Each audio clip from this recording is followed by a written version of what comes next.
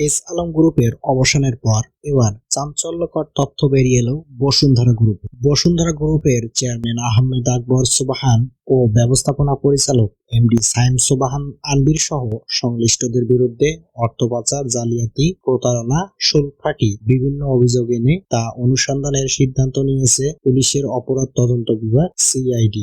বসুন্ধরা আবাসিক প্রকল্পের প্রস্তাবিত জমির কিছু অংশ রাজুকের অনুমোদন থাকলেও অধিকাংশেরই রাজুকের অনুমোদন নেই।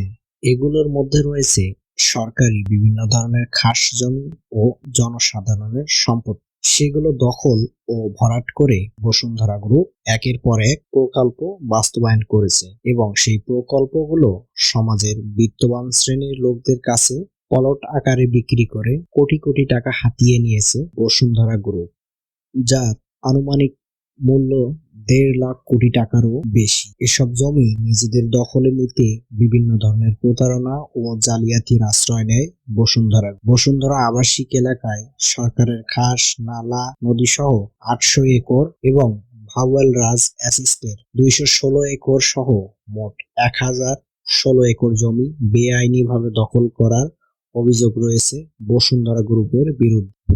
শুধু ভূমি দখলই নয়, দেশের বিভিন্ন তফসিলি ব্যাংক থেকে পর্যাপ্ত জামানত না রেখে প্রতারণা ও জালিয়াতির আশ্রয় নিয়ে বিঘাপ্রতি ২০ থেকে ২৫ লাখ টাকায় কেনা জমি কাঠাপ্রতি ৩ কোটি টাকা দাম দেখিয়ে ৪২,০০০ কোটি টাকারও বেশি ঋণ নিয়েছে বলে জানিয়েছে সিআইডি। এই ঋণ করা অর্থ পাচার করা হয়েছে Dubai, Singapore, Cyprus, London, Malaysia সহ বিভিন্ন দেশে। বসুন্ধরা গ্রুপের সিঙ্গাপুর অফিস দেখাশোনা করছে শাহ আলমের বড় ছেলে সাদাত সুবহান তানভীর। বিভিন্ন ব্যাংক থেকে একের পর এক প্রকল্প দেখিয়ে হাজার হাজার কোটি টাকা ঋণ নিলেও সেসব ঋণ পরিশোধ না করার অভিযোগ রয়েছে বসুন্ধরা গ্রুপের বিরুদ্ধে। ভূমি দখল ও ব্যাংকের টাকা পাচার করে থেমে থাকেনি বসুন্ধরা গ্রুপ। এছাড়াও বাংলাদেশের স্বর্ণ চোরাচালান সিন্ডিকেটের অন্যতম নিয়ন্ত্রক বসুন্ধরা গ্রুপের এমডি সাইম সুবহান আনভীর।